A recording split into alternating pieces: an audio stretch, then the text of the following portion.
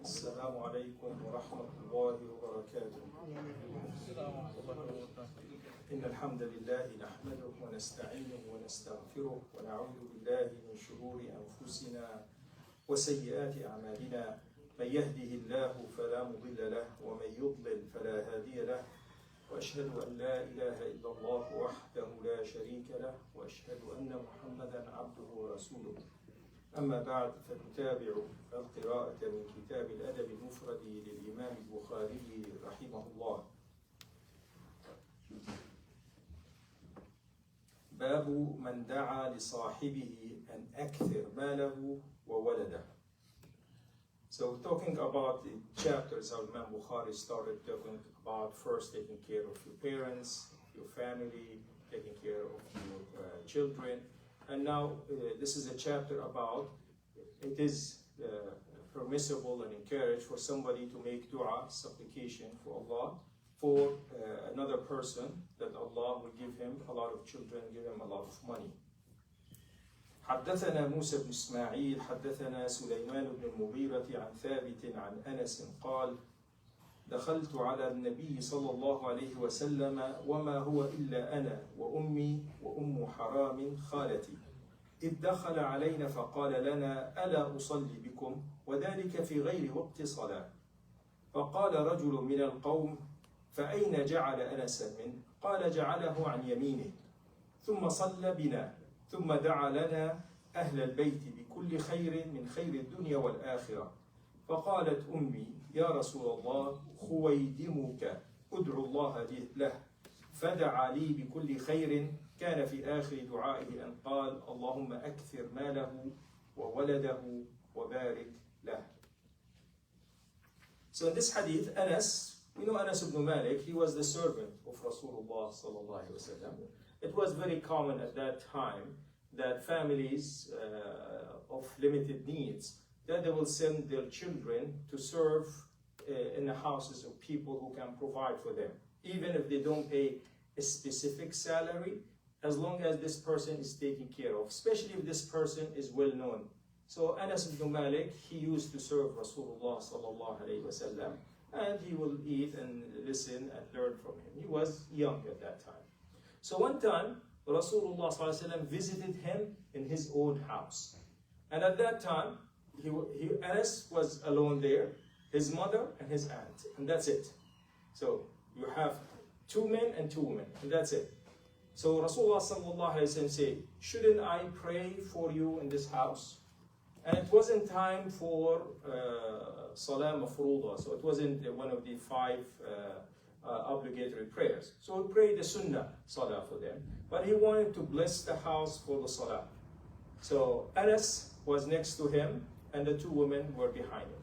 So he made the Salah, and then his mother of Anas said to Rasulullah sallallahu alaihi wasallam, your servant Anas, why don't you make dua for him?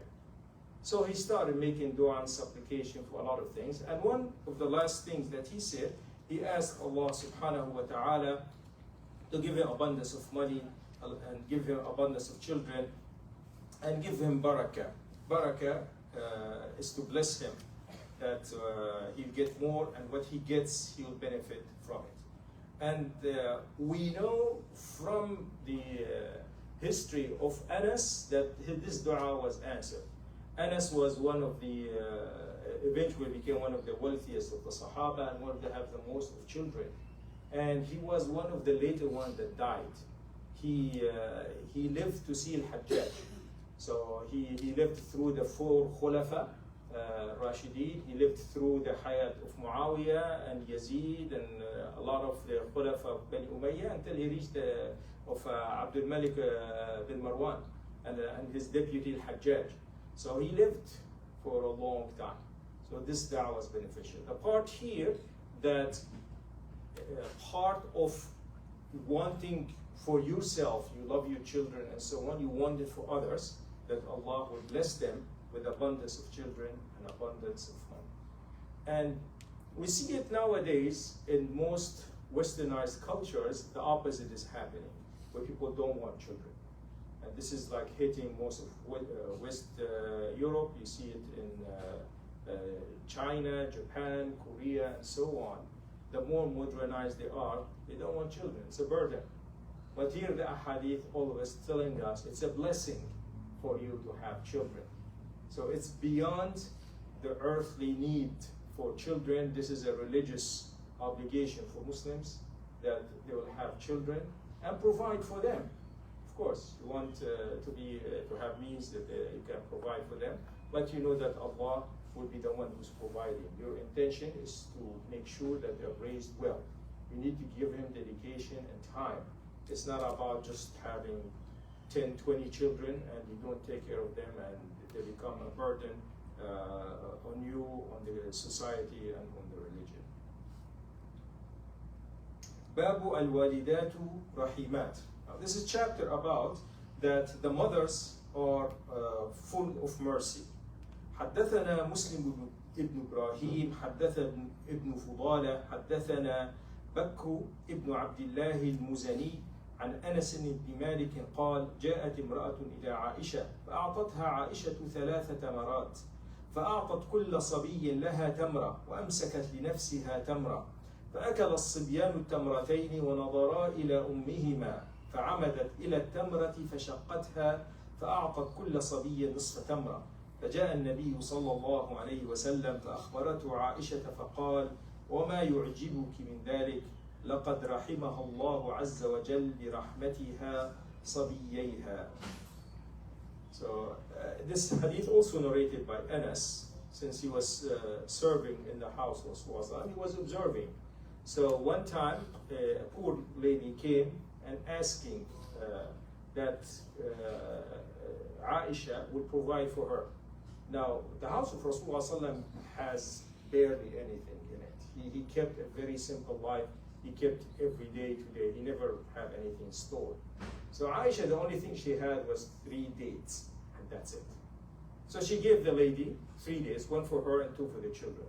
So the 2 children, they ate the dates. The mother wanted to eat the dates, and the boys are looking at her. They're still hungry.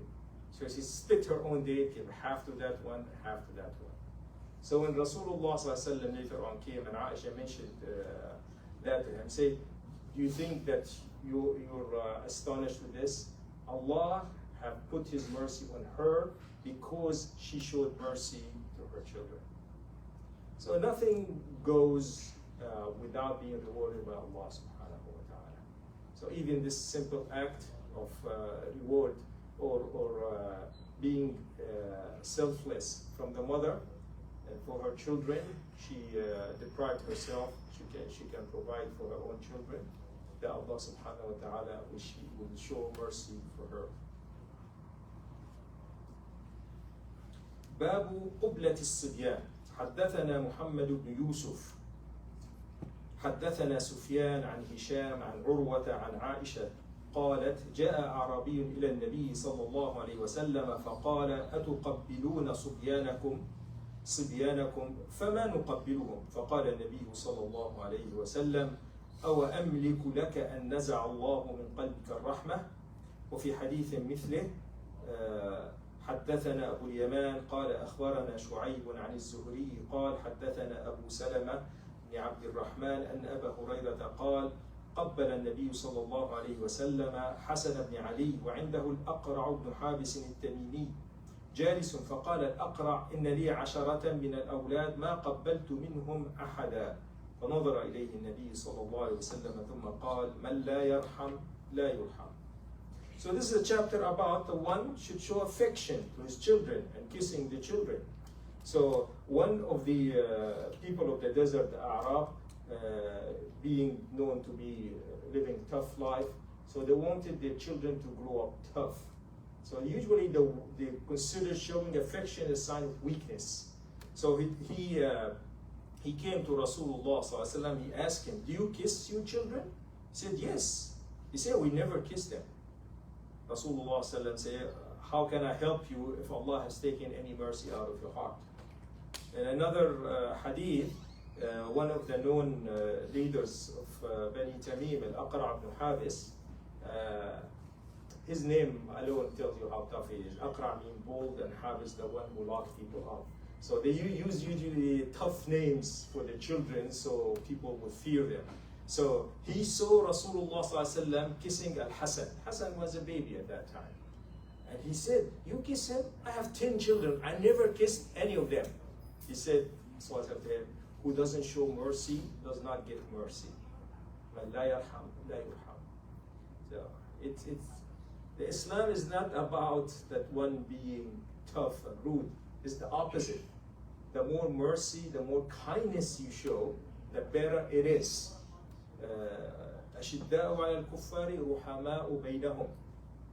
Allah subhanahu wa ta'ala described the people that He favors, that they're tough against their enemies, but among one another, they show mercy. So one of it showing the mercy for the people who need it most, the weak ones, and especially your children. If they grow up without mercy, what are you expecting to come out of them? They're going to be ruthless. They're going to be rude also. And you see, a lot of studies have shown that people who grow up without affection, they're the one who become psychopath. They don't care for anybody. They have no problem hurting people, burning, killing, stealing, lying, and doing everything in that regard. So you want your children to be good, you show mercy to them. Allah will show mercy on you.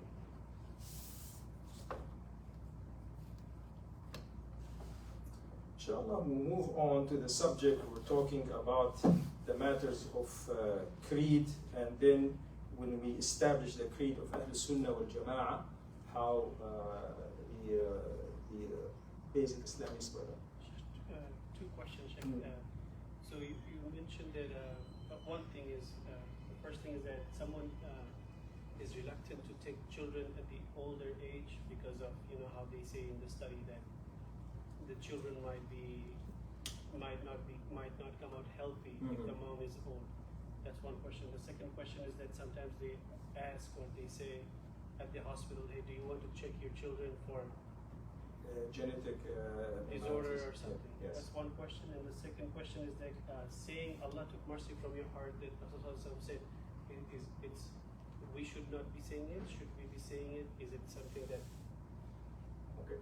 So the first part about having children in later on age, it depends on the age of the parents, especially the mother, and her general health. It's not uncommon. Yes, after age 35, women tend to have a little bit more difficulty, and the babies have more difficulty. But they can check with their physician. If there's nothing specific prevent them from having babies, then there's nothing wrong with that. And we know a lot of people who have children until later age. Nowadays, you see it, a lot of the women, because of their career, they don't start having children until they're 30, and some of them after their 40s. They kind of delay having a family until they started their career. So, inshallah, there's nothing wrong with that. Checking for genetic disorders, it is probably okay to check for it, but what are you going to do with the results? If you get the results before the 120 days, and there is high certainty that this child will have very severe medical illness, and the doctor recommends medical abortion, then in this case will be considered plausible. If the results not going to show up until after the 120 days, it is haram to abort the child after that. So there's no point of checking it beyond that time. So it depends. There are certain genetic tests that can be done before that.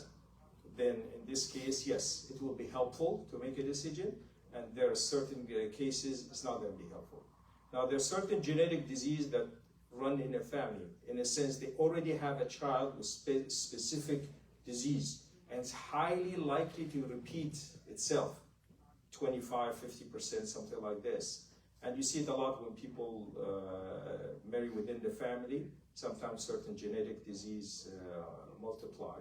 Then in this case, yeah, they need to check maybe more than the common ones. But again, they need to have the results before life is blown and given to that baby. Once it's given, then aborting it is haram. Yes. What was the other question? The second question was saying that Allah took the mercy out of Yes. your heart. Yeah, so this is the matters of hikmah, wisdom in addressing people. In this case, Rasulullah ﷺ was in a position of being a respected teacher, and the one coming to him would respect his teaching. So he taught him. He's a tough person, so he need to hear it plain and clear. You have no mercy. Allah has taken mercy. That is, you need to show mercy. It has to be blunt with him. In other cases, it has to be done softly. So this is the wisdom that Rasulullah ﷺ would use. So this person coming from the desert, he's the one that once grabbed Rasulullah ﷺ from his garment, and he pulled him so hard that it left a mark on his skin. He said, "Give me what Allah has given you." Because he wants money, he wants cattle, he wants something like this. And the Sahaba jumped on him. They wanted to hurt, say, "No, just leave him alone." And he asked him to be kind in his the way he asked and respond and so on. So the way you address people, it should be proportional, that leads to the best results possible. You're not going to go around and calling people as is always blunt. It doesn't work every time. ادعو إلى سبيل ربك بالحكمة والموعظة الحسنة وجادلهم بالتي هي أحسن. When you call for the way of your Lord, you call them with wisdom and with good advice. And if you have to argue with them in a good way. So you need to use a way that is appropriate for the situation you're in, for the time, for the place, for the person you're addressing. We started so we're talking matters of creed. We said Aqidat Ahl Sunnah wal Jama'ah, what the Muslims, the mainstream Islam is about.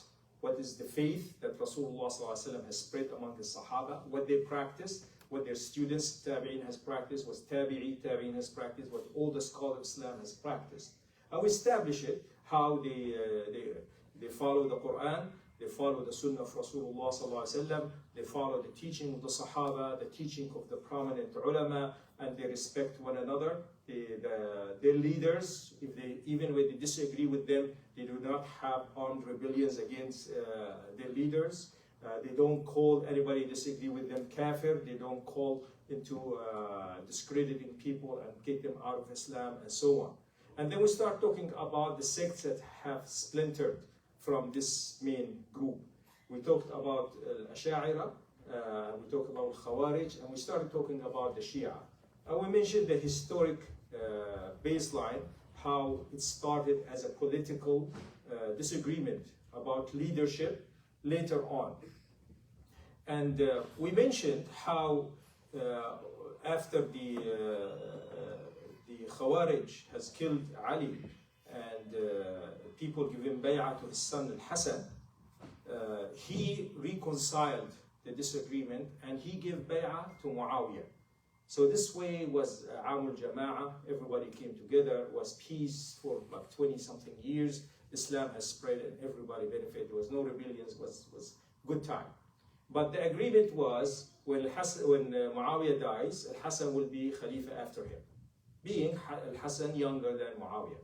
And then Hassan died before Muawiyah. So here it left the post of who's going to be Khalifa, the leader, after Muawiyah, and left it open for interpretation.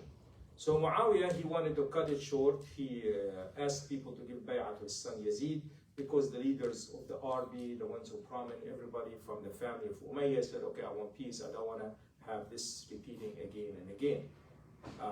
But Al-Hussein, he felt, well, if it was my brother Hassan should be Khalifa after him, I should be after my brother Al-Hussein. So he refused to give bay'ah to Yazid. Later on, when Yazid became a Khalifa, the people of Iraq kind of lied to Hussein, and they told him, they pledged allegiance to him. They said 70,000 swords will be ready to support you against the Khalifa Yazid. If you come to us, we will support you. He goes to them, only 70 show of the 70,000, and then he's killed. So what happens after that, there's a third son of Ali that a lot of people don't talk about. So Ali radiallahu anhu has two sons from Fatima radiallahu anha, Al-Hasan and Hussein. And there was a third son that died when he was still unborn fetus. But he, after Fatima died, he married more than one wife. We know during the life of Fatima, it was common for people to have multiple wives, except for Fatima. When Ali thought about marrying another one, Rasulullah ﷺ told them that Fatima is part of me. Whoever upset her, upset me. So Ali never married anyone until Fatima died. And Fatima died, I think, 6 or 9 months after Rasulullah ﷺ. So he married another one. She was known as Al-Hanafiya. She was from Bani Hanifa. Her name was Khawla. And he had a son from her called Muhammad. So he was Muhammad ibn Ali. And he was nicknamed, everybody know him as Muhammad ibn al-Hanafiya. So he's the son of the woman from Hanifa. So by the time this disturbance is happening, he married al-Hanafiya during the time of Abu Bakr. And by the time Ali was leader, it was 20 years later. So Muhammad al-Hanafiya was about 21 years old. So he was a grown-up man. And he was the one holding the banner of the army of Ali in the Battle of Siffin. So he was there in the middle of it. Later on, when he lost two of his brothers, so Al-Hassan and then Al-Hussein, so he became the prominent face of Ahlul Bayt, Muhammad ibn al-Hanafiya. He himself was a wise and courageous person, and he felt that pursuing more of this political ambition of a lot of the supporters of Ali, Shi'at Ali, that they wanted the leadership, will lead to more bloodshed. So he never called into fighting and bloodshed from that. However, some people used his prominence and his place to stir up problem. So there was one of his servants, his name was Kaysan, and he started calling into that the leadership of Muhammad ibn Hanafiya, he should be the Khalifa. So gather people. And so there was a group called Al-Kaysaniya. And the one that's exploited that, there was Al-Mukhtar bin Abu Ubaidah al-Thaqafi. He started claiming he's going to fight for Ahlul Bayt to have prominence again, and he will support them. So he followed Al-Kaysaniya in this regard. He's someone Rasulullah ﷺ described from Bani Thaqif, the tribe of Thaqif that live in Taif. There will come a liar and a tyrant. Mukhtar was the liar. So he started initially calling people into supporting Ahlul Bayt and Muhammad ibn Hanafiya. And then when he gathered enough people, he said, I'm going to revenge the killing of Al-Hussein. So anytime he had anybody suspected or encouraged or anything that has to do with Hussein, he just killed them. And then he claimed that he's a prophet and that angels are coming to him. And he has some people, whenever he's sitting, they release white dogs and stuff like this. He started making some tricks with them. So he became a liar, one of these who falsely claimed prophethood.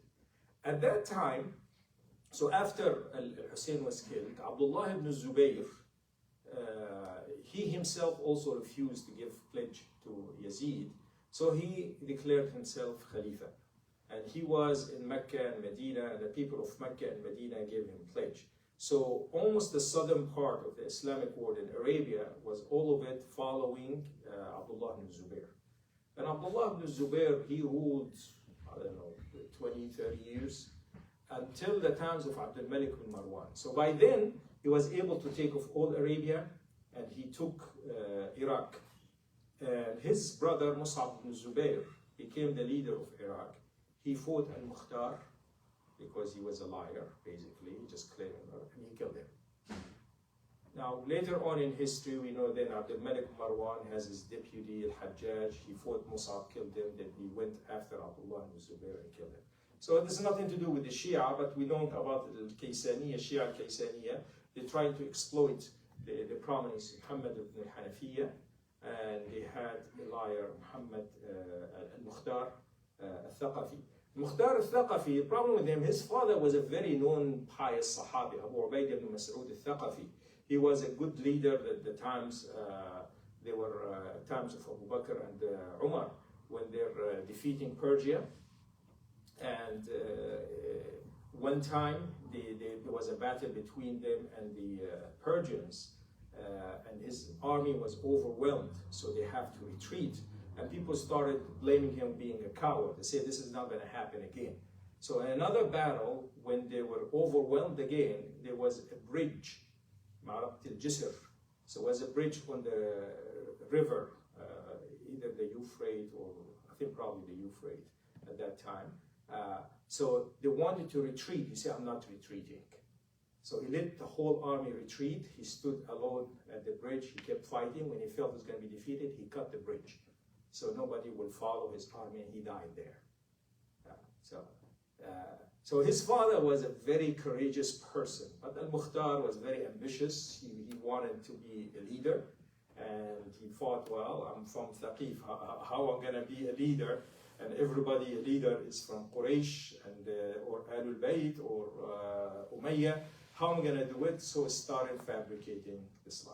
So the reason we're mentioning it, you're going to notice that anytime anybody wants to jump, to have a shortcut into prominence, they use Ahlul Bayt as an excuse to attack whoever the leader, legitimate or not legitimate.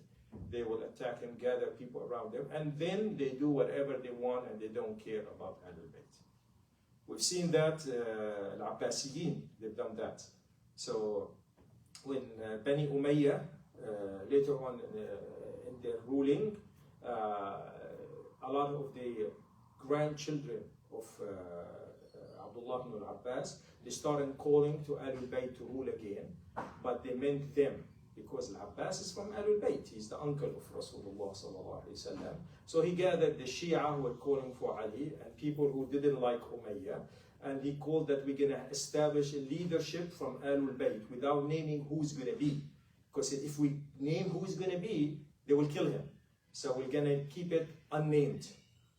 And then later on, they took it over for themselves. They killed all Bani Umayyah, and they did not give the ruling to the children of Ali. So they just use it as excuse to have that. We mentioned the other historic figure that really played a crucial role in establishing the most deviant ideas in Shia, Abdullah ibn Saba. We mentioned how he was a Jew from Saba, from Yemen, and he claimed to be a Muslim. He started at the time of Ali stirring up problems and claiming that Ali is divine and he's being inspired, or he's God himself and stuff like this, and how Ali fought him and his people and eventually killed him. And they started spreading this deviant idea. So now, after Hussein was killed, his son Ali ibn al-Hussein, Zayn al-Abidin, what was his status? He didn't fight. So at that time, there was no more reason to fight. You have Khilafah that's established. He never called anybody to fight. But the Shia wanted him to do it. He didn't do it. Then his son, Muhammad ibn Ali, I think he was nicknamed Abu Ja'far al-Baqir, was also they wanted to assign him. What they were hanging on, Al-Imma al-Ithna Ashariya, this group of the most deviant of the Shia, there are multiple sects, multiple ideas. The light one, the ones that supported Ali, they just believe that he's more worthy of Khilafah than anybody else. They still respected Abu Bakr, respected Umar and Uthman and so on. And they never called anybody a kafir and so on. They just felt he's more worthy of Khilafah. This is how Shia started. But then you start in the extreme one saying, no, it's a decree from Allah that Ali and his descendants will be ruling. And if they don't rule, everybody is kafir if they don't allow it. So there was a hadith from Rasulullah ﷺ that this ruling of Islam will be in good position as long as for the first 12 Khalifa. And in a sense, in history, that was correct. The first 12 Khalifa, Islam was established. The problems wasn't that big of a problem. The Shia said, no, these are 12 Khalifa from Ahlul Bayt. There's no mentioning of Ahlul Bayt in it. For them, they say it's 12 Khalifa from Ahlul Bayt. So, you say it has to be Ali and the elder son of each generation. The problem they had, Al-Hassan gave bay'ah to Muawiyah. So that means, after Al-Hassan should be his son. They didn't like that. They say, oh, that imamah jumped from Al-Hassan to Al-Hussein. So this is something they call Al-Bada'a. So it's a matter of creed. They say Allah decreed something, it has to be the first son of every generation. However, he changed his mind. Bada lahu, and then he decided on that spot, no, I'm going to make it jump from Al-Hassan to Al-Hussein. This is total kufr. To say that Allah changes his mind. Allah, from the minute he created everything, he created the pen. He said, write. Say what I'm going to write, so you can write everything that will happen. So that means Allah doesn't know that this will happen. Allah knows what's going to happen. So this is one of the fabrication of where it's a matter of creed that this group of Imamiyya, Ithna Ashariya, they are the most deviant among the Shia. And they were the least common among them until the Khomeini revolution, where that became the prominent one. It wasn't like this for a long period of time. So you had Zayd ibn Muhammad ibn Ali ibn Hussein. So later on, they wanted to give him a pledge of bay'ah, and he said, I'll accept your pledge, but I'm going to be ruling what is the best. So no, we'll give you the pledge only if you declare Abu Bakr and Umar as a kafir. He said, no, I refuse. You are the one who are refusing my ancestors, Ali, Hussein, everybody. And he called them Rafida. So you are refusing your Rafida. So that was their name, Rafida, Ithna Ashariya, Imamiyya, and they try to call themselves Ja'fariyya.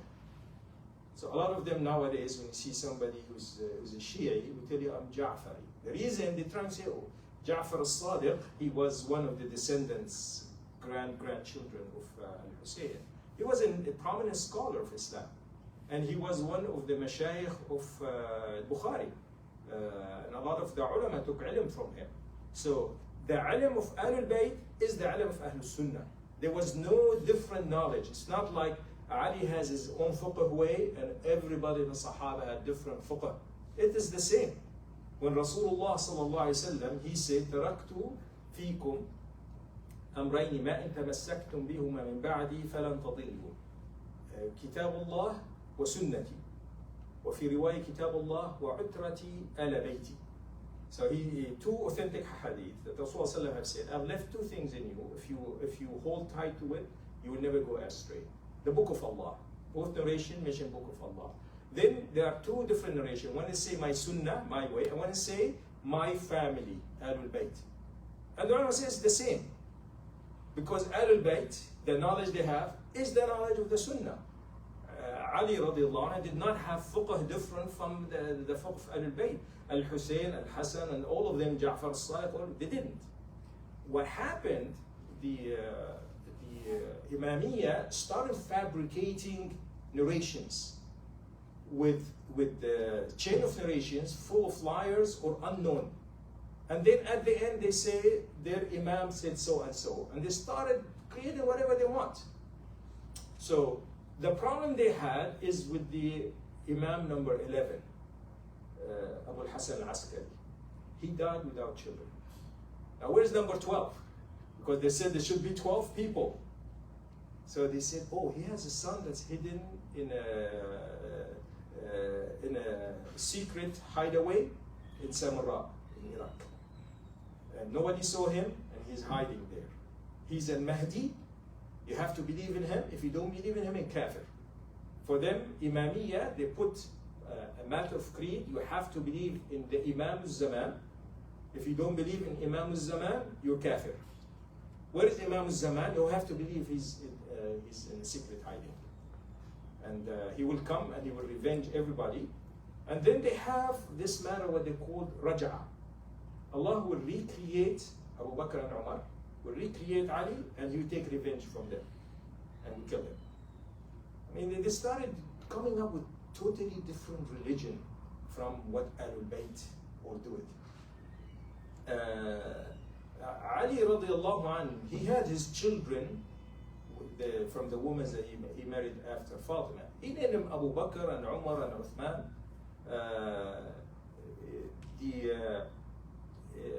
Al-Hussein and his children, their children were named Abu Bakr, Umar, Uthman, Aisha, and so on. They loved the Sahaba. They knew this was a historic disagreement at one point, but they have respect for the Sahaba. They never claimed them to be kafir.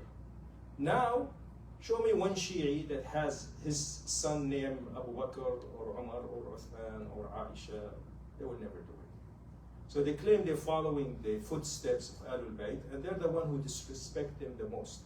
So what they say that Ali should have been the Khalifa. They have the hadith Ghadir al-Khum, where Rasulullah he gave this, that they were coming back from a war, and they stopped by an area called Ghadir al-Khum, and he told them that you need to follow the book of Allah, you follow my sunnah and my family. They claim he made all the Sahaba give pledge of bay'ah to Ali. But when Rasulullah died, they all became kafir and light. This is totally absurd.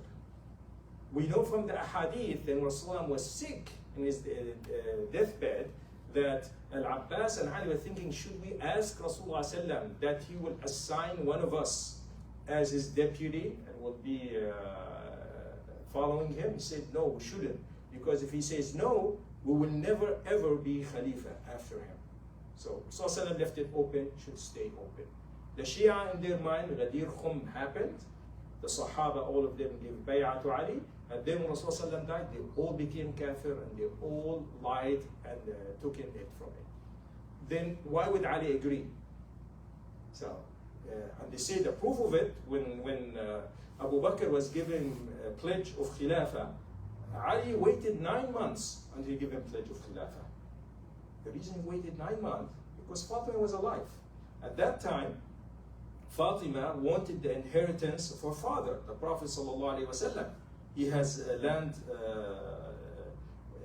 in Medina and in Khaybar that Allah has given him when they conquered the enemy without fighting. So it was big, vast land. But Rasulullah have said, we the prophets never give inheritance to anybody. Whatever we leave behind us is the charity for all Muslims. Fatima never heard that. She thought in her mind, she deserves that. She's the only living children of Rasulullah sallallahu alaihi wasallam. Then she deserves this inheritance. She goes to Abu Bakr, and Abu Bakr tells her, no, Rasulullah have said, no, there's no inheritance. I'll deal with it the same way that Rasulullah dealt with it. He will take whatever comes out of this land, he will give it to his family, and then he will spread it in charity. I'll do the same. So Fatima was not happy with that. So Ali, he knew when Rasulullah had said, whoever upset Fatima upset me, he didn't give bay'ah until Fatima died. When Fatima died, he go and give bay'ah to Abu Bakr. The Shia narration, no, he refused because it was his right, and then Umar came and threatened him that he will kill him if he doesn't, so he was coward and afraid, and he gave bay'ah to Abu Bakr. I mean, this total disrespect to family. They say tuqya. They call it tuqya, that he was afraid and gave it to Abu Bakr. Then later on, when Umar became Khalifa, the same thing. He was afraid, coward, and he gave bay'ah to Umar. The one that was the most courageous, the one who took the gate of the castle in Khaybar by his own hands, the one who fought the strongest army soldier in the army of Yawm al-Ahzab, and so on, they say he's coward. Not only that, one of his daughters, Umar wanted to marry one of the daughters of Ali. Because he said, yes, I was a companion of Rasulullah sallallahu alaihi wasallam, but I know a day of judgment, the only lineage that might help you is a lineage of Rasulullah sallallahu alaihi wasallam, and I won't get close to that lineage. So he wanted to marry the daughter of Ali, and Ali gave him his daughter as a wife. Would you give your daughter a wife to a kafir, to a tyrant? They say tuqya. They claiming he was coward. And the same thing with Uthman, they say the same thing, he was coward, and so on. Now, the inheritance of Fatima, I think Umar later on, he gave it to Ahlul Bayt. He said, I'll let you run it as an endowment, the same way Rasulullah sallallahu alaihi wasallam has done it. You take care of it. It's not, you don't own it, because this is sadaqah, but you do it the same way. You spend on Ahlul Bayt from it, and then you give the charity to everybody else. You have no claim that they owned it. They never stole anything. And when Ali radiallahu anh, he became the Khalifa, he never took that land away, because he knows the hadith. Rasulullah nobody inherits him. People inherit the knowledge, but nothing. And then when they asked him, Ali radiallahu anh, is there a knowledge you, Ahlul Bayt, that Rasulullah sallallahu alaihi wasallam has given you that was special, that he didn't give anybody? He said, no. The only thing I have, this paper, he opened it, in it there is the inheritance division, that this person gets this person. If you have things beyond what's mentioned in the Quran, talking about the grandparents and grandchildren and stuff like that. So that's the only thing we have. There's nothing special, there's no secrets. But as I said, people, whoever wants to jump into power, to cause deviation, they always make an excuse of loving Ahlul Bayt and then jumping through it and attacking Islam. Of course, bad rulers, tyrants, make their job easy. When you have people who are not just running the country, whether it's Khalifa, Sultan, King, President, or whatever it is, makes their job easy. See what they're doing? We want to establish this and that. So you have the group, the least deviant of the Shia group were Zaydiyya, Zayd ibn Ali ibn Hussein. So a lot of people thought of him as a leader after his father, Ali ibn Hussein, Zayn al-Abidin, died. So they thought of Zayd being the leader and give him bay'ah. And a lot of the Yemeni Shia followed his footsteps. He had respect for Abu Bakr and Umar and Aisha, never called them kafir, but he believes that Ahlul Bayt should be the one that's ruling. So again, just a political statement, but there's no religious creed undertone behind it. So nowadays, what we have, where people is trying to make this here, oh, Islam has 4 madhahib, and then the 5th one is Ja'fari madhab, because Ja'far al-Sadiq was a scholar. Yes, Ja'far al-Sadiq was a scholar of Sunnah, not scholar of Shia. But what they're following nowadays in Iran has nothing to do with Ja'far al-Sadiq. So they claim it's Ja'fari, that's nothing to do with it. Their main book of hadith, al-Kafi, it's like Sahih al-Bukhari for them. It is no authentic chains of narrations in it. A lot of people in it are not trustworthy, they're liars, or basically unknown. Whatever fabrication they say, they put names in it, and then they say either Ali or Al-Hassan or Al-Hussein or something said that, and they fabricated it. Part of the deviance they have, they believe that being an imam is a special position. Some of them put them in a level just below a prophet, but still giving inspiration. Wahi comes on them, and they are ma'soom, infallible. So whatever they decide comes from Allah, and they have the power of legislation. Some of them put them higher than a prophet, where they say they are giving sulta takwiniya. They're given power over this universe. They can decide about life and death. They can decide about providence. They can decide about earthquakes, rain, and stuff like this. They put them higher than prophets. And you're going to see that there are a rainbow, a spectrum of beliefs within the Shia. So you have different, and the problem is you cannot pinpoint a specific creed because they keep changing it, because they're using one of the main principles, tuqya. Tuqya mentioned in the Quran that when the enemy force you to say something that is wrong, you're allowed just to protect yourself from the harm. But they make it a basic of their religion that you can lie all the time. So, no, we respect Abu Bakr and Umar and Aisha, we don't say anything bad of them among the Shia, oh, they're kafir, and so on. You have extreme groups of them where they had a shrine for Abu Lu'lu al-Majusi, the one who killed Umar. They had it in Iran for a while, and then with the pressure of a lot of Muslim countries on them, I think maybe 20 years ago or so on, they removed that shrine in Iran. You have some that claim Quran was distorted. They believe that in Quran there were specific ayat mentioning that Ali should be the Khalifa after Rasulullah sallallahu alaihi wasallam. Imam was mentioned, and then when Abu Bakr gathered the Quran, he wiped it out. He took it out. Some of them so extreme they call this something Mus'haf Fatima. Fatima has her own Mus'haf. She learned it from Rasulullah sallam, that after the death of Rasulullah sallam, Jibreel continued for 9 months giving her more and more Quran. Where is that Quran? Ali was Khalifa for a while. He would have copied it and spread it. But not all Shia believe in that. So that's what I'm saying. It's a spectrum. It's hard to nail one belief, but we know that the official writings of their leaders like Al-Khomeini and so on is full of extreme ideas that the mainstream Shia did not accept early times. The first couple hundred years of Islam, they did not accept it. But later on became common principle of Al-Rafida, where they will curse Abu Bakr and Umar and Uthman, they will curse Aisha.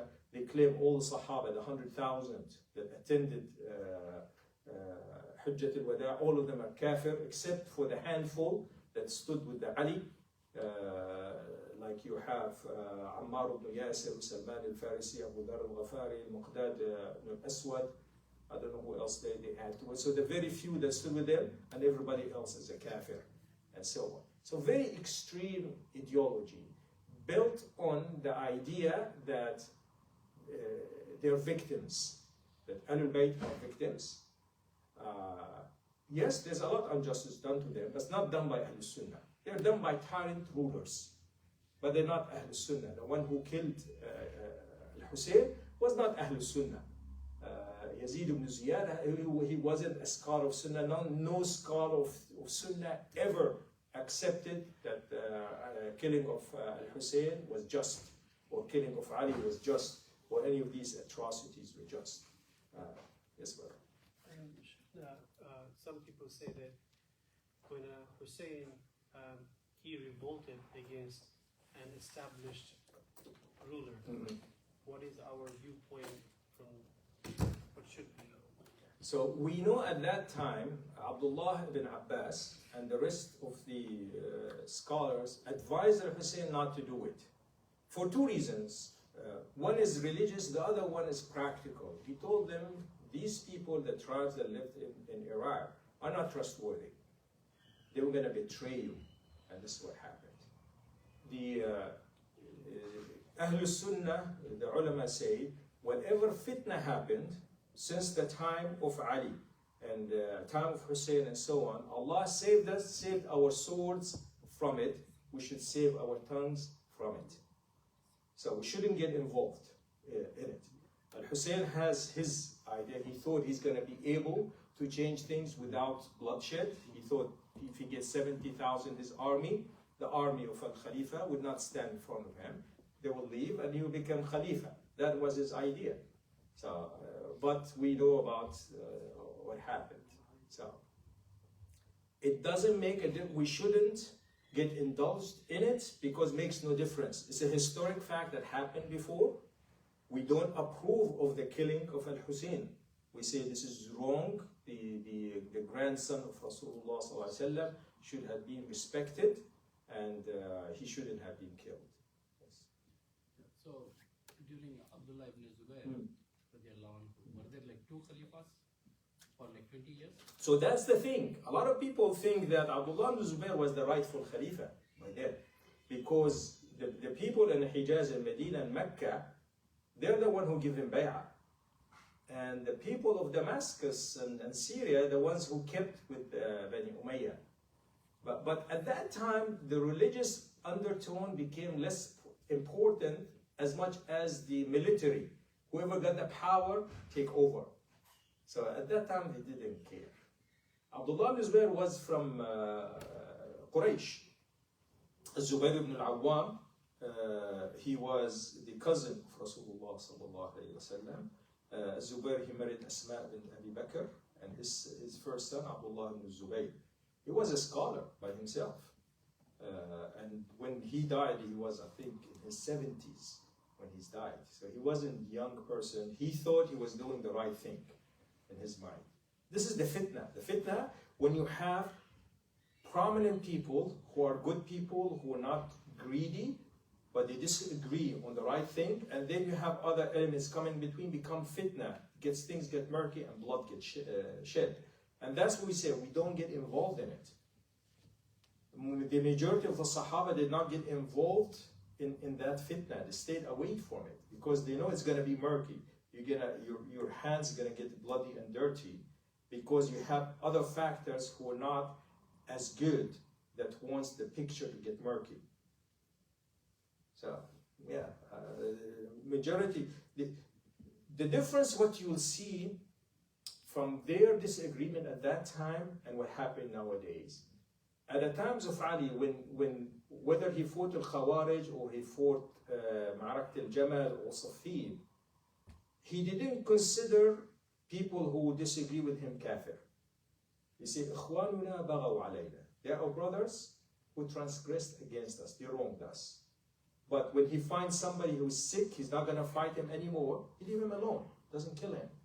He doesn't go after the children, enslave them. He doesn't go after their money and take it away, being a kafir.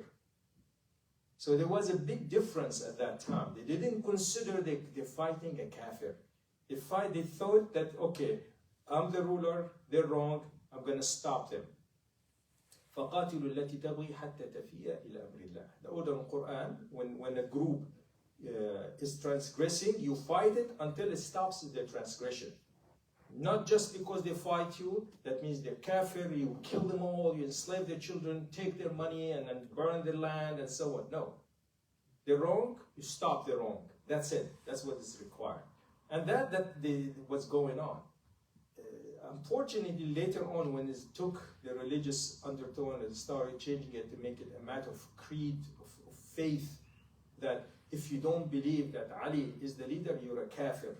And if you don't believe that Hussein is the leader, you're a kafir. One of their main cornerstone saying that ruling on earth can happen only with infallible leader, Imamun Ma'soom. They say it has to be Ma'soom, and it has to be from Ahlul Bayt. If you don't believe in that, you're kafir. This is part of creed. So if you don't believe there should be Imam Ma'soom, you're kafir. Then it's okay. If this is a requirement, why didn't it happen? The only time one of these ruled during the time of Ali, for a short period of time, it wasn't a time of peace. There was a lot of fighting, whether with Khawarij or with other groups. So the whole idea that we need Imam Ma'soom is wrong. This is not what it's meant. They were some of the Shia tried to reconcile and bring things together. I think one of their famous one was in Lebanon, Musawi. he tried to bring it together. I read one of his book talking about that they, as a Shia, they should not curse Abu Bakr or Umar and Uthman or Aisha. The matter of imama is a matter of preference, not a matter of creed. It's better to have one leader al-Bayt, but if not, then it's not a matter of kufr, and so on. He tried to bring a lot of things together. Of course, they refused that idea. If they come to the original Shi'i way of people who supported Ali, there was no creed issue, there is no fiqh issue, the only issue was political. Who leads? Ahl Sunnah have no problem if you have a Khalifa from Ahlul Bayt, that's fine, let us be perfect. The issue that they play with, their leaders, they claim them from Ahlul Bayt, whether it's Al-Khomeini or Sadr or Hassan Nasrallah, or it's easy for them to fabricate a lineage to say they're Ahlul Bayt and they should be leaders. So they created something they call al-marji'iyah. You need to have a marji', a reference. It's like having a priest or a pope, where you need to divert all your religious and worldly affairs to that marji'. So whenever you get married, you buy, you sell, everything goes to them. And 1/5 of your earnings go to them. وَاعْلَمُوا أَنَّمَا غَنِمْتُم مِّن شَيْءٍ فَأَنَّ لِلَّهِ خُمُسَهُ وَلِلرَّسُولِ وَلِذِي الْقُرْبَى. He say 1/5 of your earning goes to Allah, to His Messenger, and His family. So that means what 1/5 of what you're earning, you need to give it to that marji'. That means this wealth. And then you shouldn't do anything without reference to them. Power. And then they add it with zawaj al-mut'ah. They can marry any woman temporarily for whatever period of time. So they gathered all the sins on this earth and they want to grab to it. And it's easy, anybody of their enemies, basically kafir, they call them nasiba, nasabu al-bayt al-adad, say they hate al-bayt. By the way, they say Ahl Sunnah, they love al-bayt. If somebody doesn't say Allahumma salli ala Muhammad wa ala ali Muhammad, he's not a Muslim. But having this, that's a matter of creed, the Khalifa has to be from Ahlul Bayt. There's no mention in Quran of Hadith, it has to be from Ahlul Bayt. The only mention has to be from Quraysh. But if it's not from Quraysh, you still, as long as they're establishing Salah, you follow them. Rasulullah told us, if your leader is a slave from Abyssinia, you follow him, you don't rebel on him again, as long as he establishes the Salah. وَلَوْ تَأَمَّرَ عَلَيْكُمْ عَبْدٌ حَبَشِيٌّ رَأْسُهُ كَأَنَّهُ زَبِيبًا. So it doesn't matter. Yes, there's preference, how things should be, but once there is established leadership, you shouldn't rebel and break it and cause bloodshed and chaos. So this is the main differences that's there, and people are exploiting it. And as I said, the Shia, there's a spectrum in their belief. Not all of them believe in the most extreme one, calling Abu Bakr and Umar and Uthman Aisha kafir, and Quran is deviated and so on. And it's varied. So everybody going to be judged by Allah. We don't judge them, Allah judge them. We don't say about them that they're kafir or not. This is up to Allah. The majority of Shia, they believe in Quran. They believe La ilaha illallah, Muhammad Rasulullah. They pray, they fast, they give zakah, they do hajj, and so on. They follow the rituals of Islam. And you have some of them that they know what they're doing is wrong. Among the leaders, they want power, and they force people into it. And we've seen what happening like in Yemen, where there was Zaydiyan, there was Sunnah there, but then when you have the Houthi going to Iran and they adopting the way of Rafida, and they give him they became Mu'ammam, and they give him Marji'iyah, and they come back and they start establishing the Rafida way. So now the areas they control, they don't allow Salatul Taraweeh. Say Salatul Taraweeh, Umar came with it.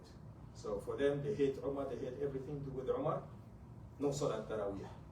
And they starting forcing people to follow the teaching of Khomeini and so on. So it became, it complicate things beyond the simple facts that it's a political disagreement.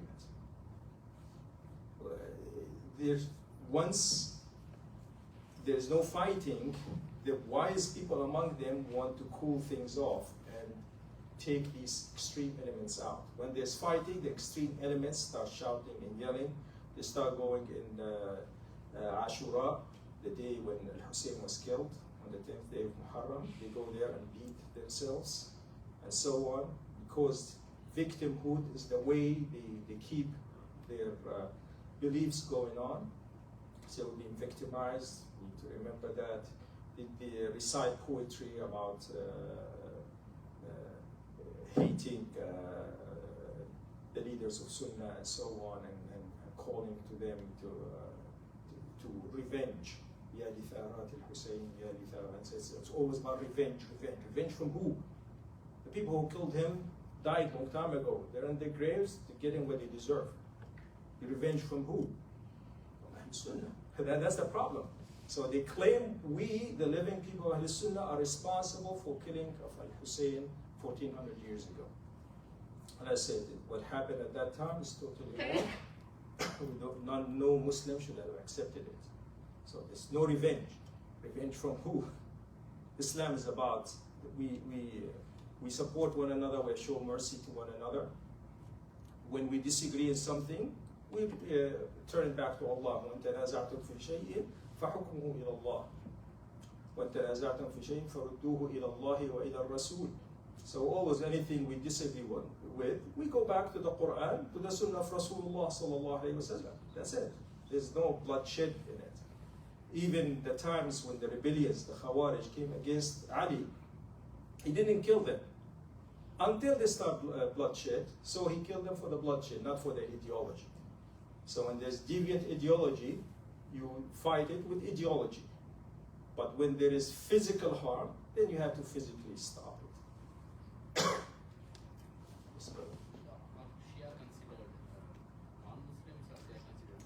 So that's what I'm saying. Shia are Muslim in general, unless somebody declares something that goes against Islam. Somebody declares the Quran has been deviated, or calls Abu Bakr or Umar or Aisha kafir, then he's kafir. Because in the text of Quran, Allah says about Abu Bakr, إِذْ يَقُولُ لِصَاحِبِهِ لَا تَحْزَنْ. He called him his companion. And mentioned about والسابقون الأولون من المهاجرين والأنصار رضي الله عنهم ورضوا عنه إن الذين يبايعونك تحت الشجرة. All these people mentioned, the early Muslims, Allah is pleased with them. So if they say they're kafir, it means they don't believe in Quran. Most Shia that I've met, I haven't seen anybody declaring it in public that those people mentioned Quran are kafir. So that's why in general they're considered Muslim. The ones who declare the words of kufr, they're responsible for the actions. Yes, even though the time of Muawiyah was, prosperous and Muslims lived in peace, why wasn't his time called, or why wasn't it referred to him as the seventh Khalifa?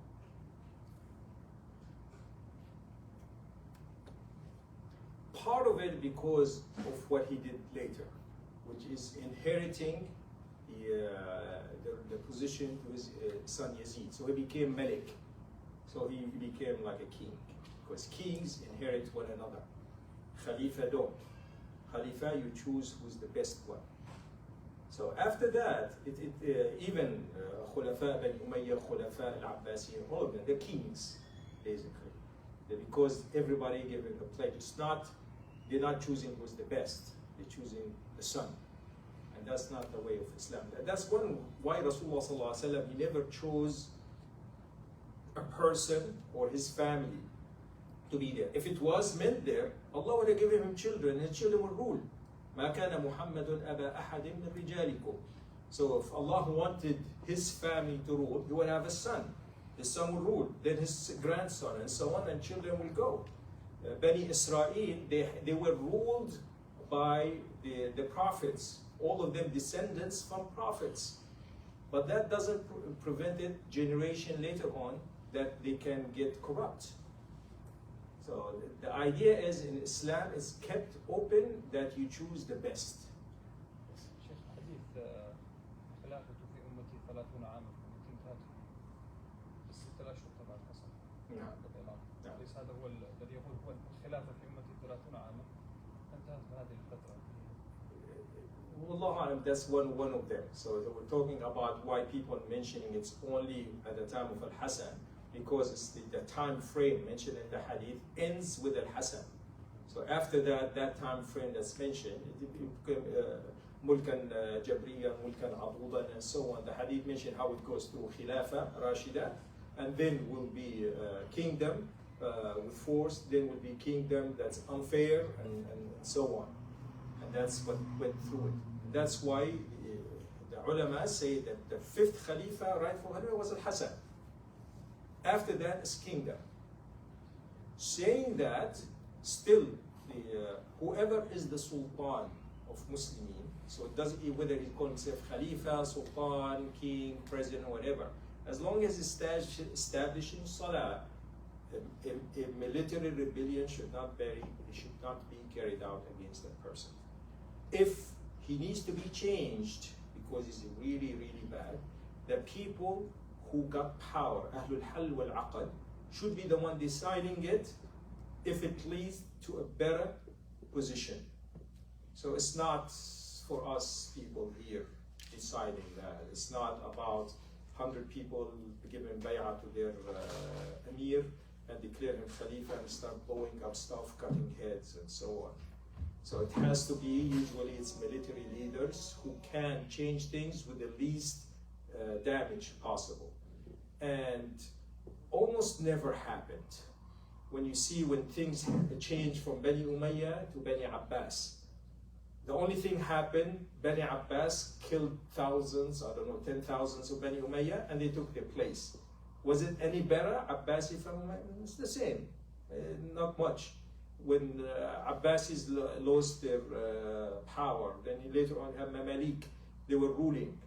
Mamalik were basically slaves, and they were ruling. They ruled in the name of Islam. They did a good job. They protected Islam for centuries. Later on, they lost it. Uthmaniyin came. They're not Arab. They're Ottoman. They did a good job ruling Islam. So it should be any rebellion against them. So at the end, just having political rebellions usually doesn't lead to anything good.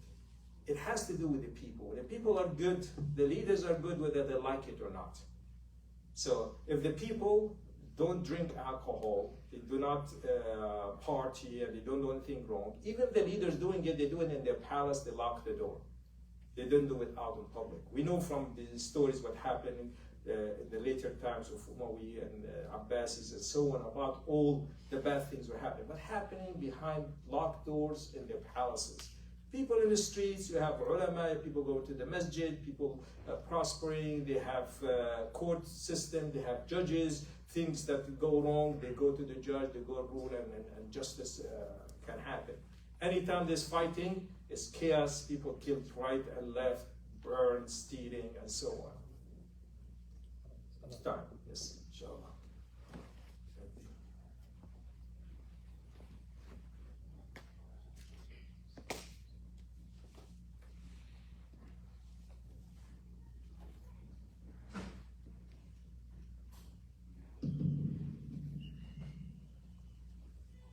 الله أكبر الله أكبر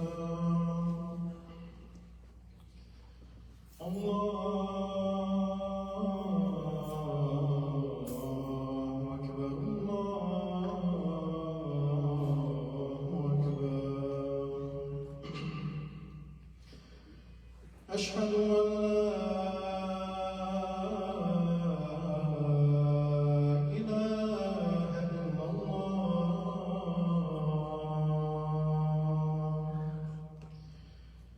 أشهد أن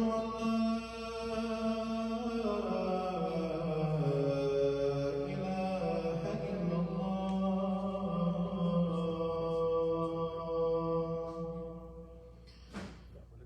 أشهد أن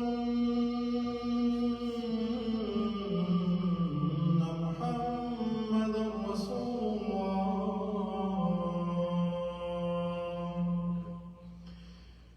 أشهد أن محمدا رسول الله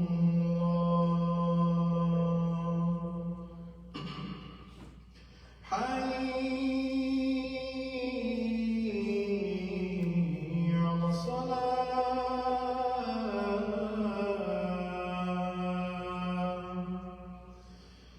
حي على الصلاة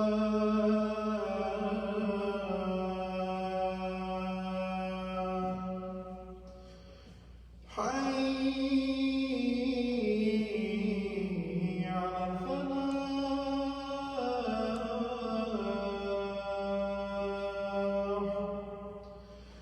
حي على الفلاح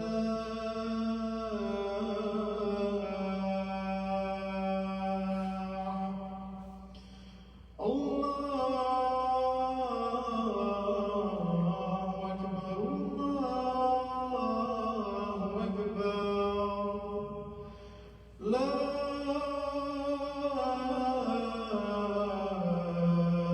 إله إلا الله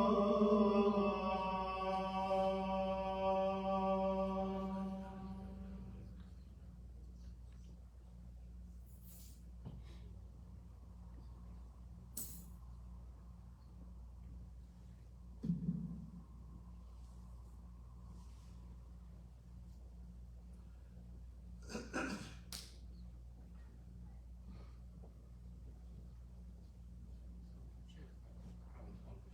Yes. So, which is better, like whether having a kingdom is better for a country or having a democracy, like where everyone can vote is better, or having a Khalifa system, like where only knowledgeable people choose the leader is better? Which system is like in our days? Yes. Not- The way that Muslims have done it for generation is for the people who their opinion matters to make the decision. The general democracy is a modern concept. It wasn't, they say that democracy came from the Greek and from the Roman and so on, where they choose the leaders. It wasn't true. Only the wealthy, free people have the right to choose, basically. Even when this country was established, they say every man has the right to vote. They meant white man who's free, who owns a minimum amount of land or money. So only wealthy, free, white people are allowed to vote. Women were not allowed to vote, slaves were not allowed to vote, poor people were not allowed to vote. So the established rule is always you need people who are important, who really their opinion matters to make that decision. And nowadays, you see, really, with democracy, most Western democracy, the media controls it.